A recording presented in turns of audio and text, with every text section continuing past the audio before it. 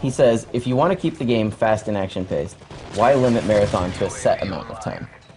It's a balancing thing. It's you know, we liked how it worked very much in extreme conditioning and how the maps are balanced out this time around. It worked fairly well for Modern Warfare 2, but we you know, it still keeps it fast-paced. It just doesn't, you know, make it the be-all running first. Requires you to have a bit more strategy, especially in things like capture the flag, where Marathon was fairly, you know, fairly powerful in capture the flag in Modern Warfare 2, where now it requires you to also have that speed, but also have you rely on fighting as well. Elcon, you're going to get a copy of Modern Warfare 3 for the platform of your choice. We still have 6 copies to give away in the next 20 or so minutes. So the next guy, he has a fantastic name. His name is Soviet Jive Turkey. That's his name. Yeah. Soviet Jive Turkey. Don't get it. He says, what effect does the EMP grenade... Turkey's jive you. He says, what effect does the EMP grenade have on kill streaks? Examples, deployable turrets, etc.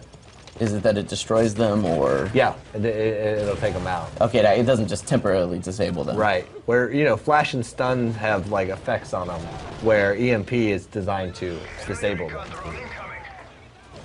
Remember, you can tweet your questions at the Twitter you see below with the hashtag MW3. We're taking questions about anything you've seen today. Single player, multiplayer, spec ops.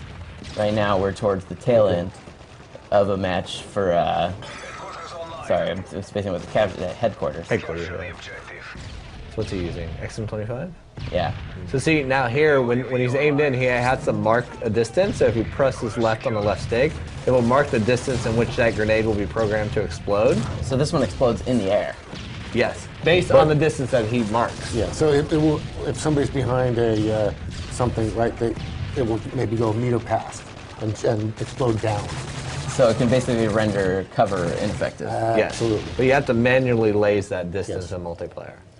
Something you don't have to do in a single player. It's the difference between taking the same weapon that was in single player and rebalancing it so it's not overpowered in multiplayer. Yeah, I imagine that's something that's a challenge, right?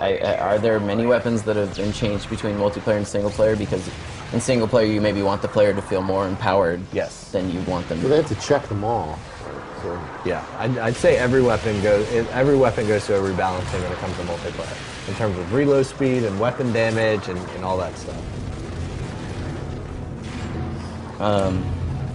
So another Twitter question from, his name is I Hate to Sniper, says, in what ways did you change sniping